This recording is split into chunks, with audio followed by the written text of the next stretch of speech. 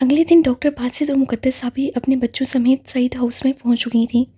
ऐसा मुमकिन नहीं था कि रूहान की ज़िंदगी की सबसे बड़ी खुशी में वो दोनों शामिल ना होते। ज़िंदगी की नई शुरुआत करने जा रहे हो बरखुरदार, खुदा तुम्हें हज़ार खुशियों से नवाजे। डॉक्टर बासित ने उसे दिल से दुआ दी थी। रूहान की खुशी का कोई ठिकाना नहीं था। उसे तो इस बात पर यकीन करना मुश्किल हो रहा था कि हानम रुखसती के लिए मान गई थी, लेकिन पिछले 2 दिनों से उसका हानम से सामना नहीं हुआ था। वो उससे मिलकर पूछना चाहता था कि वो खुश थी या नहीं, लेकिन मौका नहीं मिल पा रहा था। वो हानम से मिलने की तरकीब सोच ही रहा था जब सईद जबील उसके कमरे में दाखिल हुए।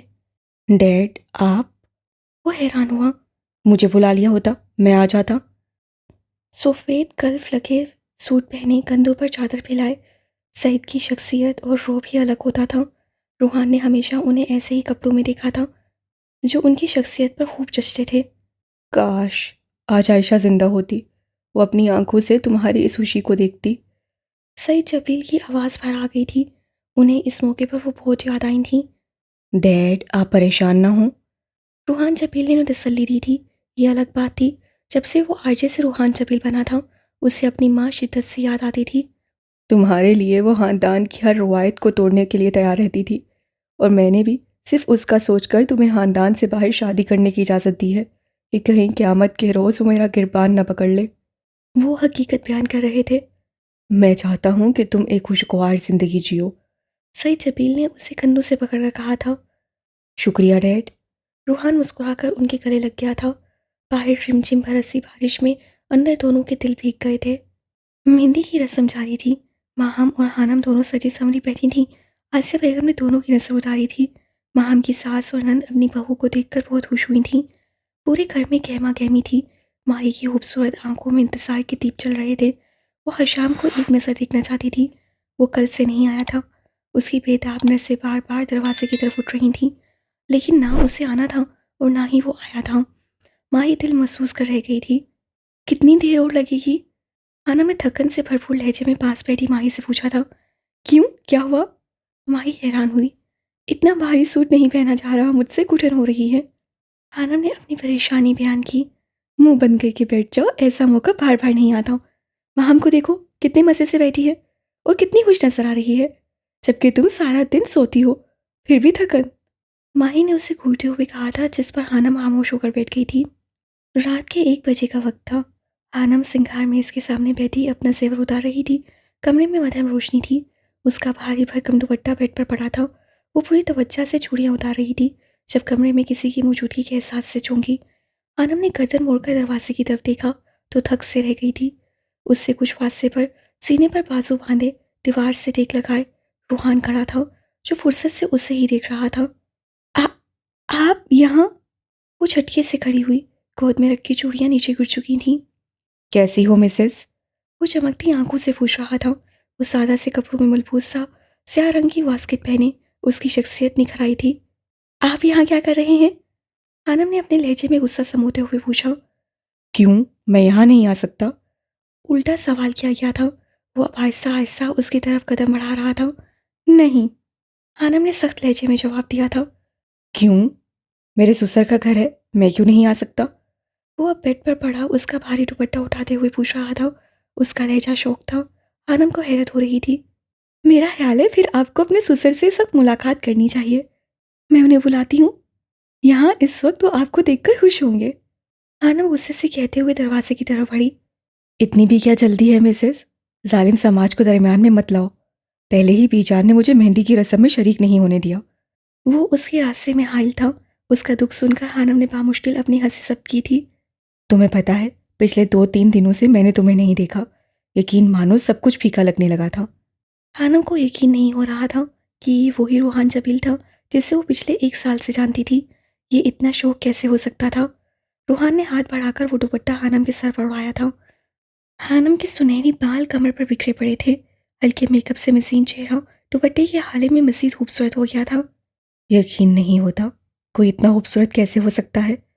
वो उसे आंखों में जज्ब करते हुए पूछ रहा था। ऐसा लग रहा है जैसे हजारों चराग जल उठे हों। वो हानम से कुछ फासले पर खड़ा कह रहा था। हानम को अपने दिल की धड़कने की आवाज़ साफ सुनाई दे रही थी। डायलॉग्स अच्छे बोल लेते हैं आप। हानम ने रुख पलटते हुए कहा था। वो अब आईने के सामने खड़ी बाकी चूड़ियाँ उतार रही थी मकसद सिर्फ रूहान से दूरी थी। वो अपने तेज धड़कते दिल को नॉर्मल करना चाहती थी। तुम्हें मेरी बातें डायलॉग्स लगती हैं? रूहान को सदमा हुआ।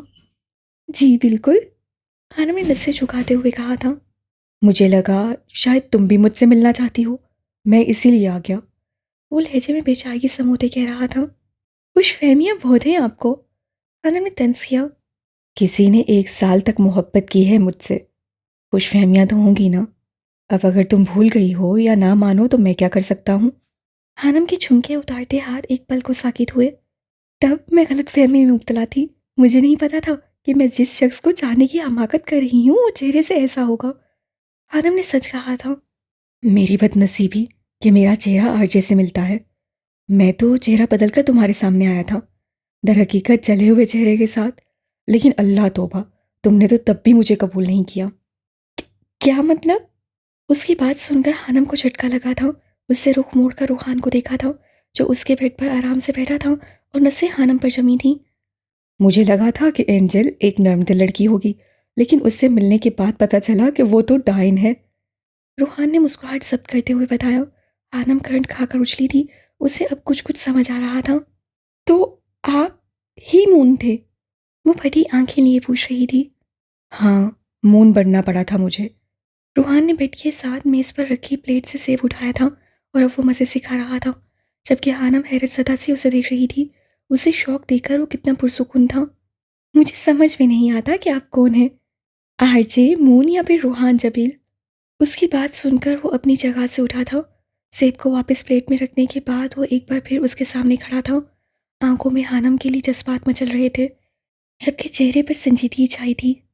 मैं हानि के लिए आरजे, एंजिल के लिए मून, जबकि उम्मे हानम के लिए रूहान जबील हूँ। तुम जिंदगी के सारे पहरों में जितने भी रूप बदलोगी, हर पहर में एक नए रूप में मुझे अपने साथ पाओगी। रूहान ने हानम का हाथ थामते हुए कहा था। तुम चाहे 7 बरह आसमों की सैर को जाओ या 7 समंदरों की, तुम चाहे 7वें आसमान को छूकर आओ या समंदर की गहराई से सीप निकाल लें, तुम मुझे हर जगह पर अपने साथ पाओगी। मैंने जिंदगी के बहुत से पहर तुम्हारे बिना गुजारे हैं। मैं अब तुम्हारे साथ जीना चाहता हूँ। तुम मेरा हर कदम पर साथ निभाओगी तो मैं हर मुश्किल का मुकाबला करूँगा। मैं हर तूफान से टकरा जाऊँगा। क्या तुम मुझे अपने साथ देखना चाहती हो? क्या तुम मेरा साथ निभाओगी? वो दिल सोज आवाज में जहर फूंक रहा था। आनम ने उसके फूंके गए जहर में अपने वजूद को गुम होते महसूस किया था। कितने ही पल खामोशी की नजर हुए थे। बोलो हानम, मेरी ताकत बनकर मेरा साथ निभाओगी? उसकी आवाज़ सुनकर हानम जैसे होश में आई थी। एक झटके से अपना हाथ खींचा था। वो सटपटा गई थी। उससे रूहान का ये रूप आज देखा था। उसे समझ नहीं आ रही थी कि उसके कितने रूप थे। आपको अब जाना चाहिए, मुझे सोना है। शदीद नींद आई है, और अगर किसी ने आपको यहाँ देख लिया तो? कोई नहीं देखता हानम, बस तुम मेरे सवाल का जवाब दो। रूहान ने उसकी बात काटी। माही आ जाएगी, कहा ना आप जाएं यहाँ से। कहा ना नहीं आएगी। वो जानती है मैं ऐसे मौक़ों पर तुम्हें देखने ज़रूर आता हूँ। वो एक बार फिर उसे चौंका गया था। क्या मतलब आपका? हानम झटकी। मतलब वो जानती है कि जब मैं निकाह वाले दिन तुम्हें देखने आ सकता हूँ तो आज क्यों नहीं? ये दिया था एक और शौक रूहान जबील ने उम्मे हानम को। वो बेबसी से अपने सामने खड़ी इस शख्स को देख रही थी, जो रिश्ते में उसका शौहर था। लेकिन हानम का इस वक्त दिल कर रहा था कि कोई चीज़ मारकर उसका सर फाड़ दे। अगर वो ऐसे ही शौक देता रहता तो यकीनन कुछ दिनों तक वो पागल हो सकती थी। हानम ने खामोशी से अलमारी से अपने कपड़े निकाले और ड्रेसिंग रूम की तरफ बढ़ गई। जवाब तो देती जाओ, वह एहतजाजन चिल्लाया। अगर आप मेरे निकलने से पहले यहाँ से नहीं गए तो सच्ची में। आनम ने अपना गुस्सा जब्त करते हुए कहा था। मैं जानता हूँ तुम सर फाड़ दोगी। रूहान ने उसकी बात पूरी की। आप आपको मैं बाद में पूछूंगी, हानम ने दांत पीसते हुए कहा था और ढाक की आवाज़ से दरवाज़ा बंद किया। पीछे से रूहान का कहका गूंजा था, जिस पर वो कब से सब किए हुए था। वो रूह तक सरशार हो गया था। उसका रुआं रुआं खुदा का शुक्रगुजार था, जिसने उसे उसकी मोहब्बत से नवाजा था। दोनों बारातें आ चुकी थीं। हर तरफ गहमा गहमी थी। दोनों दूल्हे बहुत वजिया लग रहे थे। मैरून रंग की शेरवानी पहने रूहान बहुत खुश नजर आ रहा था। हशाम की नजरें किसी को ढूंढ रही थीं। कुछ देर ढूंढने के बाद उसे माही नजर आ गई थी। वो एला के साथ थी। उसे माही से ज़रूरी बात करनी थी। वो माही की जानी पड़ा। मुझे आपसे ज़रूरी बात करनी है, हशाम ने माही से कहा तो वह हैरान हुई। मैं अभी आती हूँ। एला ने वहाँ से खिसकना ज़रूरी समझा। जी, बोले। वो संजीदा लहजे में बोली थी। 2 दिनों से वो इस दुश्मन जहाँ को देखने की दुआएं मांग रही थी और आज जब वो सामने आया तो नज़रों ने देखने से इनकार कर दिया था। पलकें झुक गई थीं। कैसी हैं आप? वो पूछ रहा था। माही ने चौंक कर उसे देखा जो दिन ब दिन कमज़ोर होता जा रहा था। इतने सालों बाद आज माही की तबीयत का ख्याल आया था। एक फांस सी माही के गले में अटक गई थी। आंखों में नमी उभरी थी जिसे देखकर हर शाम नसें चुरा गया था। तुमको मैं पागल लगती हूँ। जी चाहे तो प्यार जताऊं, जी चाहे तो हाथ छुड़ाकर गुम हो जाऊं, दिल चाहे तो मुझसे मेरे बारे में पूछो।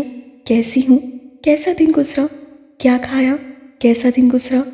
और दिल चाहे तो मरती भी रहूं तब भी खामोशी उड़े। तुम मेरे होने को ना होना कर डालो। तुमको मैं पागल लगती हूँ। मुझ पर लाजिम है हर पल में तुमको सोचूं। जो लिखूं बस तुम पर लिखूं। जो भी बात करूं उसमें हो जिक्र तुम्हारा। जो भी ख्वाब बुनूं उस ख्वाब के राजा हो तुम। और तुम जब दिल चाहे बेगाने हो जाओ। कौन हूँ, क्या हूँ, इससे अनजाने हो जाओ। मेरे सब जज्बों को खेल तमाशा कह दो। जो दिल में आता है मुझको वैसा कह दो।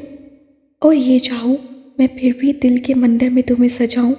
अपनी हर एक सांस तुम्हारे नाम लगाऊं। तुमको पाने की ख्वाहिश में खुद को खो दूं। जब तुम बोलो हंस दूं, जब तुम बोलो रो दूं। तुमको मैं पागल लगती हूँ। सच पूछो तो झूठ नहीं, मैं ऐसी ही हूँ। तुमको जैसी लगती हूँ मैं वैसी ही हूँ। तुमको पागल मैं लगती हूँ, तुम्हारे लिए पागल हूँ। दिल तोड़ने की माफ़ी तो नहीं होती, लेकिन मैं फिर भी माफ़ी मांगता हूँ आपसे।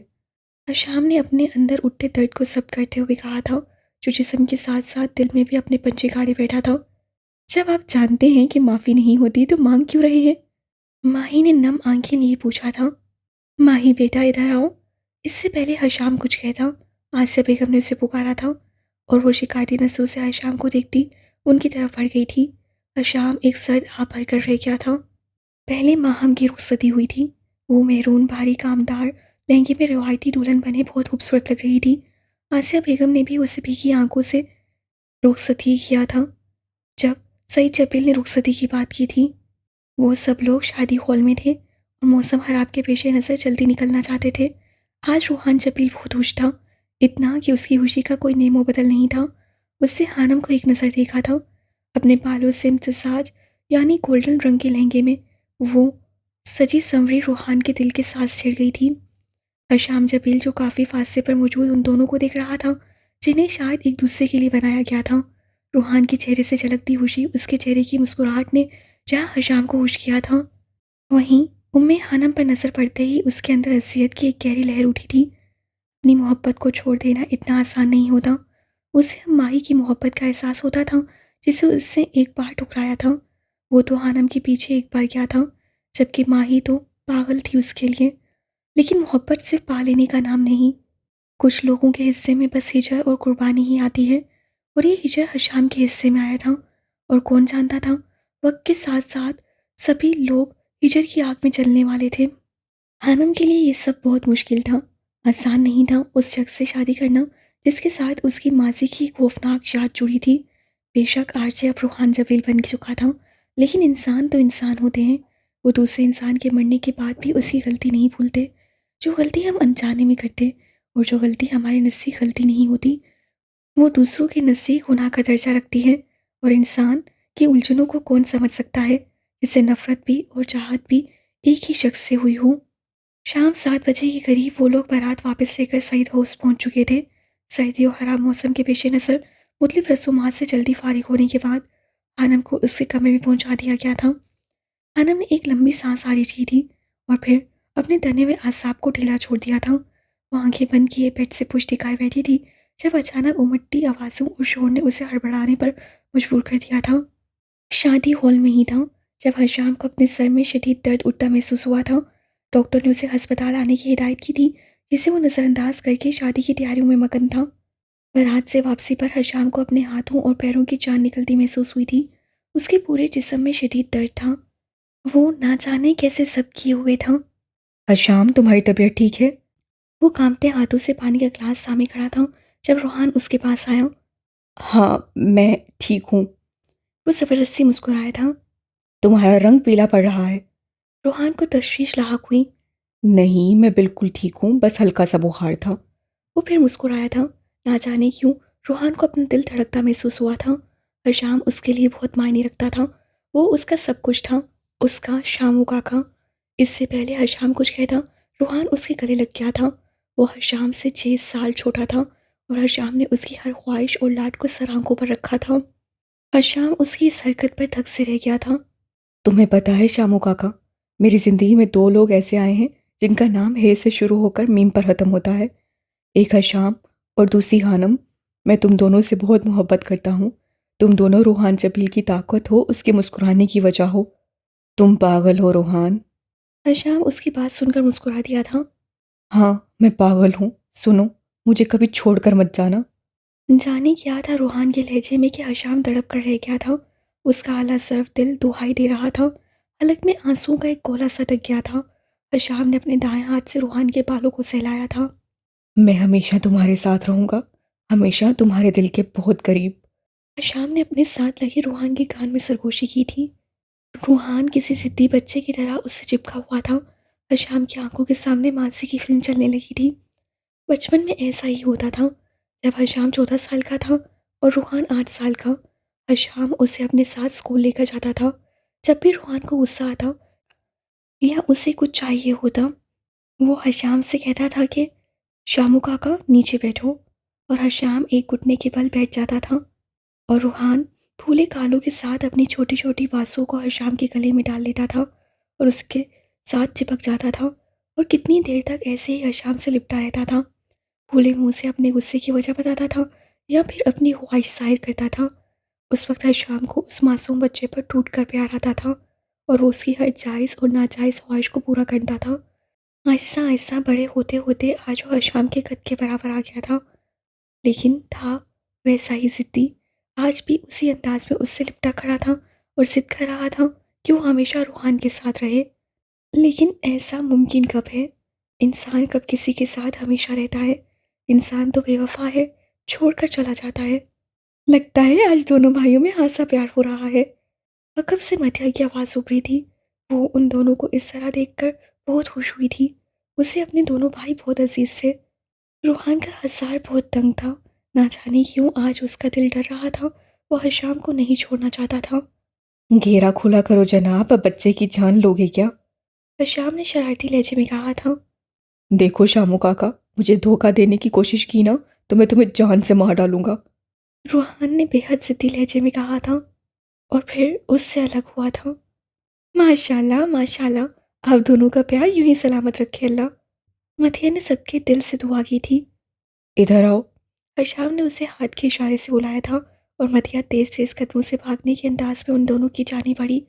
अल्लाह तुम लोगों को हमेशा खुश रखे। हशाम ने मथिया के सर पर प्यार करते हुए कहा था, जिसे मुस्तकीम ने कैमरे की आंख में मुखेद कर लिया था। वाह, प्यार हो तो ऐसा हो। वो मुस्कुराया था। वो रूहान के बुलाने पर ही शादी में आया था और बहुत खुश था। उसे सालों पहले जब हानम को यूनिवर्सिटी आई थी, तब से उसे रूहान के साथ देखा था। वो उन दोनों के लिए दिल से खुश था। भाई आपको तो बुखार हो रहा है। मदिया को एहसास हो गया था। हशाम का जिस्म तेज बुखार में पक रहा था। अरे नहीं तो, ऐसी कोई बात नहीं। दिखाओ इधर। रूहान ने उसकी पेशानी को छूकर देखा था। हाँ, तुम्हें वाकई बहुत बुखार है। रूहान परेशान हुआ था। नहीं, तुम लोगों को गलतफहमी हो रही है, ऐसा कुछ नहीं है। हशाम ने टालना चाहा था। भाई मैं डॉक्टर हूँ, आप मुझसे झूठ नहीं बोल सकते। आपको वाकई बहुत तेज बुखार है। मदिया हफ के लिए कह रही थी। चलिए अंदर, मैं आपको दवा देती हूँ और चाय भी। मदिया ने उसका हाथ खींचते हुए कहा था। वो तीनों उसे किचन के बाहर से लॉन्च में ले आए थे। वो उसे सोफे पर बैठा चुके थे। हशाम की रंगत अब नीली पड़ रही थी। भाई आप ठीक तो है ना? मदिया ने हशाम की नब्ज चेक करते हुए कहा था। मदिया कहाँ हो तुम, इसे संभालो। अरहम की आवाज़ उभरी थी। उसकी 1 साला बेटी रो रही थी जो अरहम की गोद में थी, जबकि मदिया पूरी संजीदगी से हशाम की नब्ज टोल रही थी, जो आंखें बंद किए सोफे पर टेक लगाए बेसुध सा पड़ा था। भाई कब से है आपको बुखार और आपने बताया नहीं? मदिया ने हशाम को मुहातिब किया जिसे कोई होश नहीं थी। उसके जिस्म में जो दर्द था वो उसे बेहोशी की दुनिया में जाने पर मजबूर कर रहा था। क्या हुआ हशाम, जवाब दो। रूहान ने उसका गाल थपथपाते हुए कहा था, लेकिन रूहान के हाथ लगाते ही हशाम सोफे पर एक जानिब ढलक गया था। भाई क्या हुआ, आपको आंखें खोलें। हशाम हशाम आंखें खोलो। हर तरफ चीखू पुकार थी। हशाम ने चीखू की आवाज़ सुनकर आंखें खोलने की कोशिश की थी, लेकिन वो नहीं कर पा रहा था। तेज भरता शोर मदम हुआ था और फिर एक गहरी खामोशी छा गई थी। शोर की आवाज़ हनम की समाज से टकरा रही थी। या अल्लाह है। वो अपना भारी भरकम लहंगा संभालते हुए बेड से नीचे उतरी थी। अभी वो कमरे के दरवाजे तक नहीं पहुंची थी जब अचानक दरवाज़ा खुला और मुलाजमा अंदर दाखिल हुई। उसके हाथ में खाने की ट्रे थी। क्या हुआ है, ये आवाज़ें किस चीज़ की हैं, सब ठीक तो है ना? आनम ने संजीदा लहजे में पूछा था। वो जी, छोटे साईं की तबीयत बहुत ख़राब हो गई है, सब उन्हें अस्पताल लेकर गए हैं, मुलाजमा ने बताया था। कौन छोटे साईं? आनम को समझ नहीं आई थी। रूहान की बात कर रही हैं आप? नहीं जी, मैं हशाम साईं की बात कर रही हूँ। मुलाजमा की बात सुनकर हानम सुन सी रह गई थी। उसे नहीं पता था कि हशाम को क्या हुआ था। बीजान कहाँ है?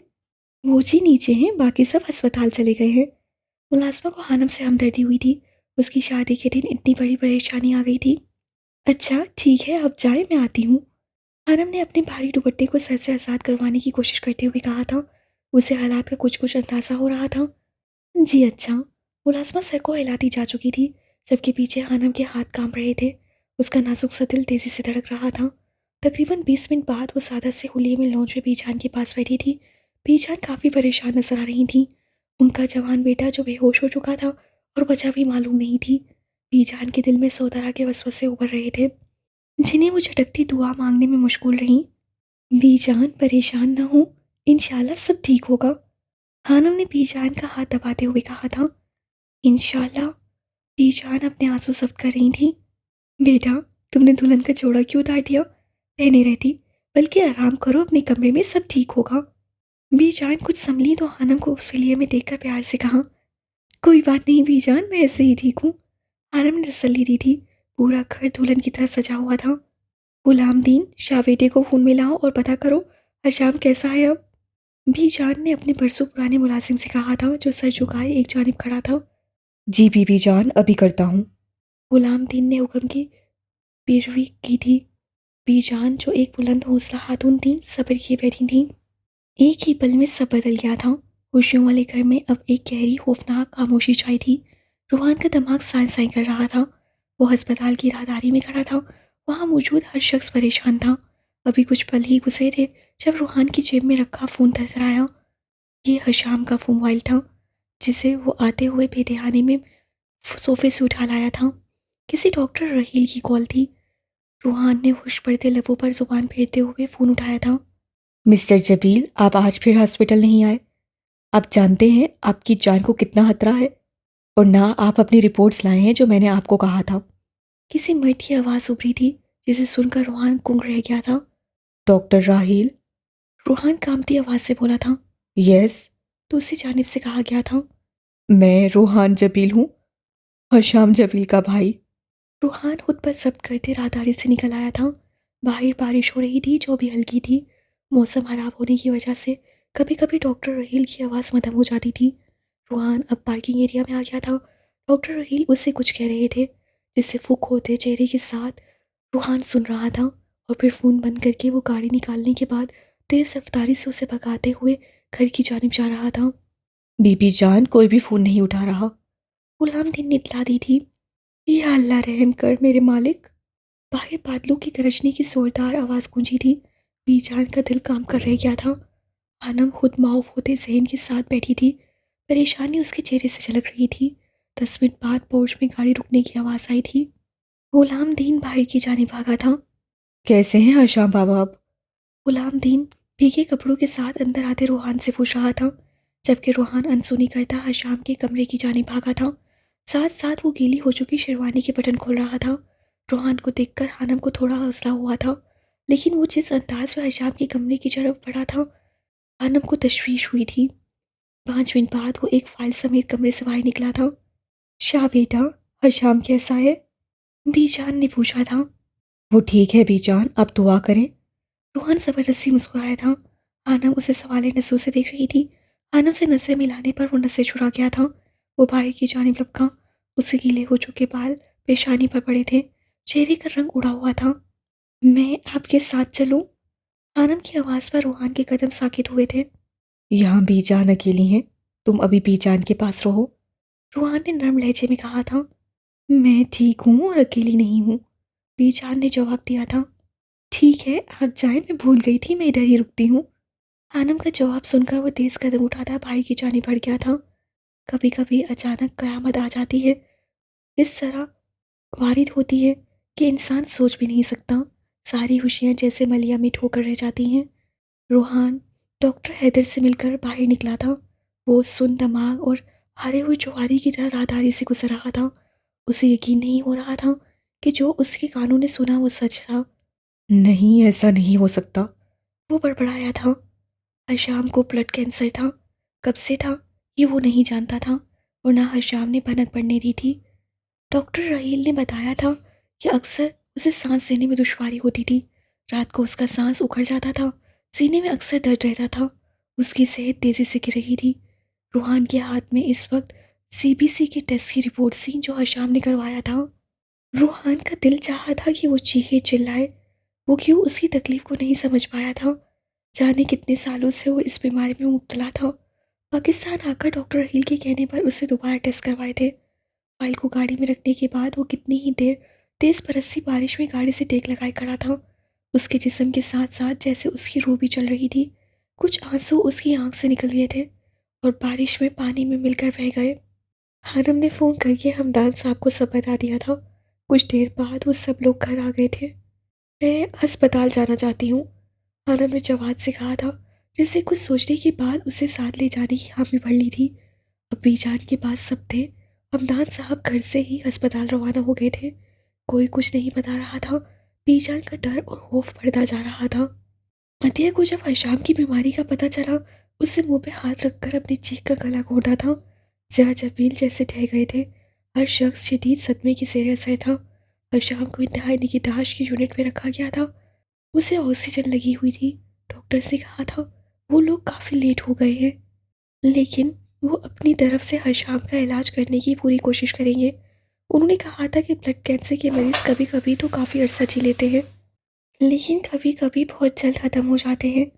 मेरे भाई को कुछ नहीं होना चाहिए, रूहान ने सामने परचुमान डॉक्टर से कहा था।